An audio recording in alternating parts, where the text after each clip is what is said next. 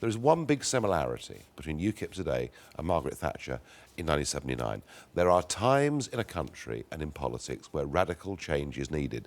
She brought radical change. It came at a price, but she brought radical change. And we in UKIP think Britain needs that kind of change now. Right. So you don't think of yourself as a Thatcherite? Well, I could be a Churchillite. I could be a Gladstoneite. Yeah, but are you a Thatcherite? I mean, all of this is irrelevant. No, it's not. It's a really was I a interesting Thatcherite when I was 16? Yes. Did I think the country needed radical change then? Yes. Did I think that Britain had become backward and was too much in the grip of left-wing trade unions? Yes. But is that relevant today? No. Well, I mean, your constitution does say that you seek to diminish the role of the state. Absolutely. And you want lower taxes on individuals and businesses. Yeah. So that is all a kind of, it's a Thatcherite air, isn't it? I mean, which do you lean towards? Government doing less or more? Just on that specific question, you lean towards... I lean towards government doing less. Right. I believe that if you lift off the backs of the British people excessive regulation and the wrong levels of taxes in certain areas, they will do better and create more. Let me ask you, I mean, whether your personal position is... what your personal position is as regards the existence of the NHS. And you know why I'm asking you this, right? Your party position is you clearly believe in it and you want more money to go into it. Your personal position, as you put it in 2012, was you said, I think we're going to have to move to an insurance-based system. Now, what's your personal position now? Well, my personal position is the same, actually, as almost everybody's was 15 years ago. All of us, Labour, Liberal Democrats, Tories and UKIP, thought that there may be an argument that if you involved an element of private competition in competing for services, we get better value for money and better services. That has not worked. Just look at the PFI contracts. You know, the big shiny idea that Tony Blair had, and we now have our hospitals burdened with £300 billion of the rebate. So what I'm saying is this. We've tried this. Everybody agreed it should be tried. It hasn't worked. So why don't we now sorry, say... I just have to... I actually will come to private provision in the NHS. Yeah. I want to ask you about that. But you talked about private insurance in the NHS. We have not tried that. Well, what I talked about... We've not tried it. We've not even... It's actually a taboo in British politics almost to say you want to abolish the NHS. It's totally different.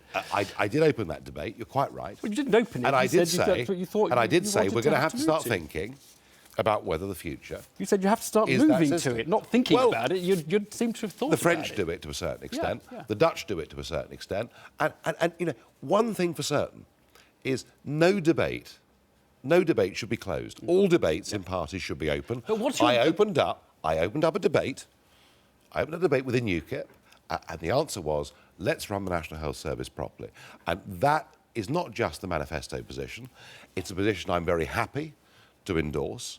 Do you believe it, though? Do you personally believe it, or do you think we should move to Do I believe the British government is good enough to run public services properly is really your question. No, my question is, it's not. Do you, Nigel Farage, believe in the existence of the NHS? Yeah, yes. OK, so we've got clarity. I mean, that's absolutely So that was a mistake. It's only 2 years ago that you said it. This is what's so strange. This isn't like we had to dig back to your years as a stockbroker. There is no mistake in calling for a debate and examining whether there might be a different and better way of doing things. Actually, you didn't call for a debate, you called for a move. You did call for a move to it. You're not going to have that argument with your party now, though. Presumably that's over, done.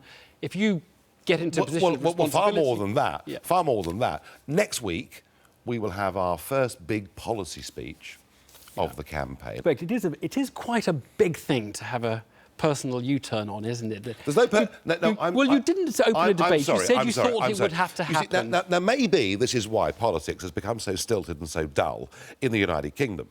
Because anybody in any party that dares to say, shall we think differently about this... Shall we abolish the National Health Service? No, I didn't. I wasn't. You didn't put it that way, but you did say you thought we would have to move to an insurance-based system. The French have, as we have, a health service that is pretty much free. Not as much as ours, but pretty much free at the point of revision, but a different means of funding it, all right?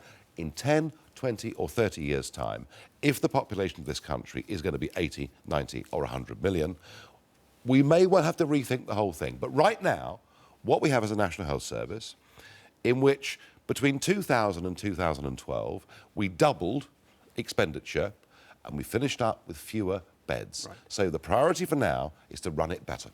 But you could conceive at some point in the future moving to a more French-style health system. I in could Britain. conceive Yeah, in the you could. future Okay. of anything happening on any policy area. Right. And anybody in politics that tells you that what is here today must be in stone forever, frankly, isn't thinking. Right. Because the other debate, and you started on this one, was the debate about private provision in the NHS, outsourcing. Some call it privatisation, but others call it outsourcing. At the moment, about 6% of NHS activity is contracted out to private providers. Andy Burnham was on this programme a couple of weeks ago and struggled to give a really clear answer about what the limits of that would be in his view.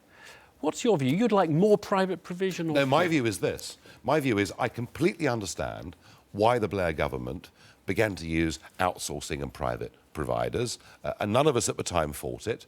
I now look at the consequences of it.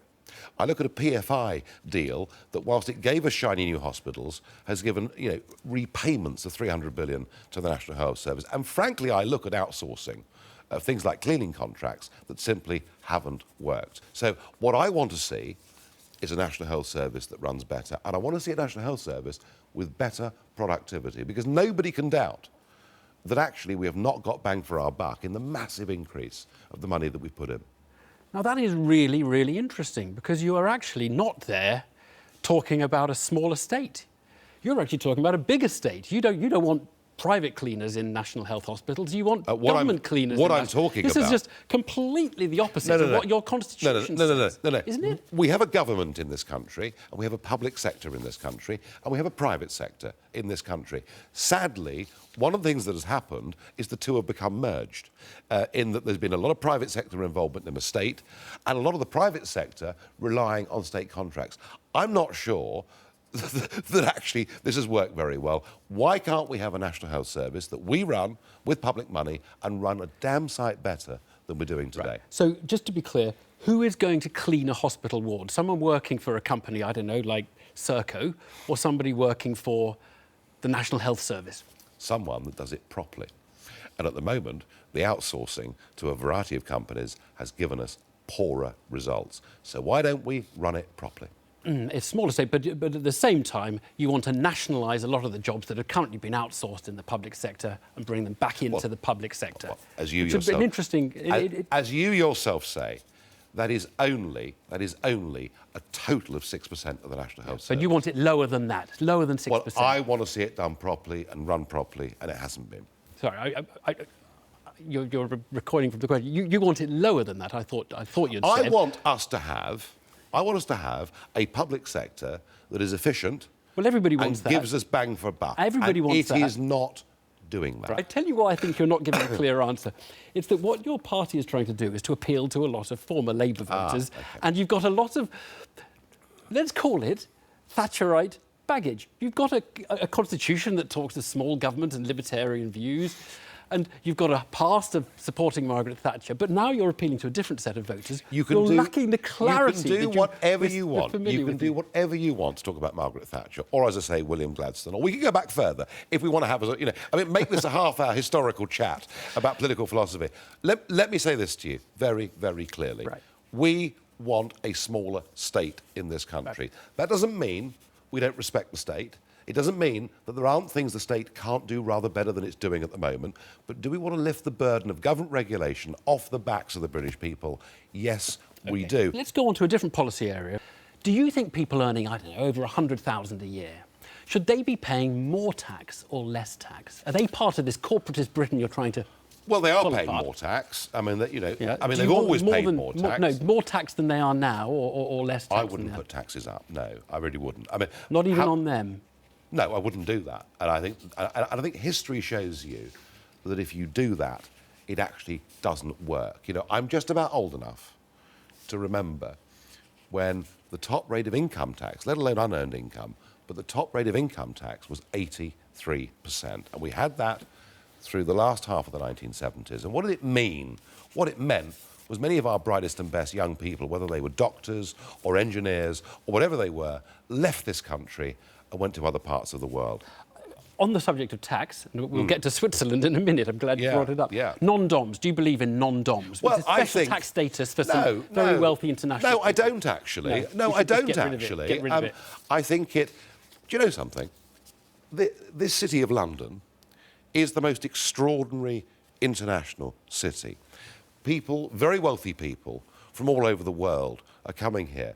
Rather than discounting it, we could almost charge a premium, and they would still come to London. And I also think it's wrong that your billionaire from Saudi Arabia or perhaps from Russia can go down Bond Street and buy up the most expensive and some of the finest jewellery in the world. I've no problem with that. Then they get to Heathrow and get the VAT back. Right. So I really, I think on things like that, actually, we really should be an awful lot tougher. Right, so we underprice ourselves by saying, I come think- here for cheap tax rather than... No, I think we do. Yeah. So non-DOMs, I mean, if you were Chancellor, Yeah. but unlikely, I think, in the short term, but you would say, let's get rid of all this stupid Yeah, tax stuff and non-DOMs. I mean, and I want taxes. I want taxes to be fair Fascinating. and straightforward and simple. But I actually think I think we've sold Britain short with this. I wonder what you had made of this whole secret Swiss bank account stuff this week. Whose side are you on?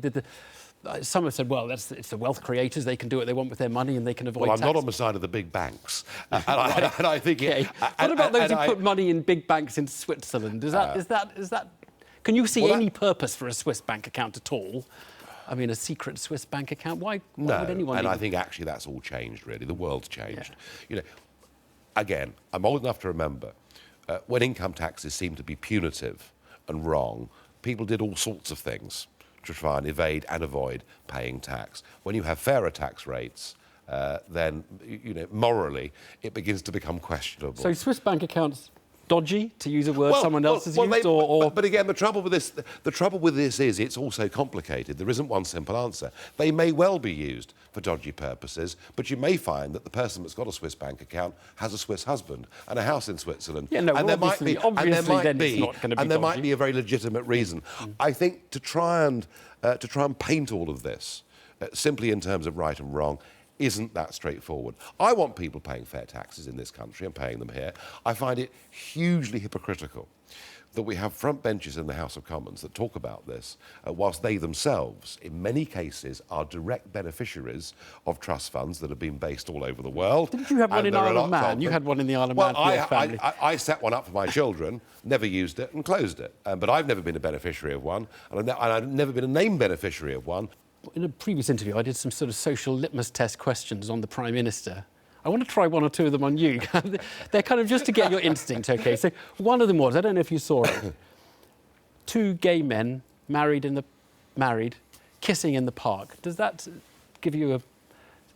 make you think that's bad, shouldn't be allowed to happen, or do you think that's rather sweet? I couldn't care less. You couldn't care less, so that's OK. I couldn't care less.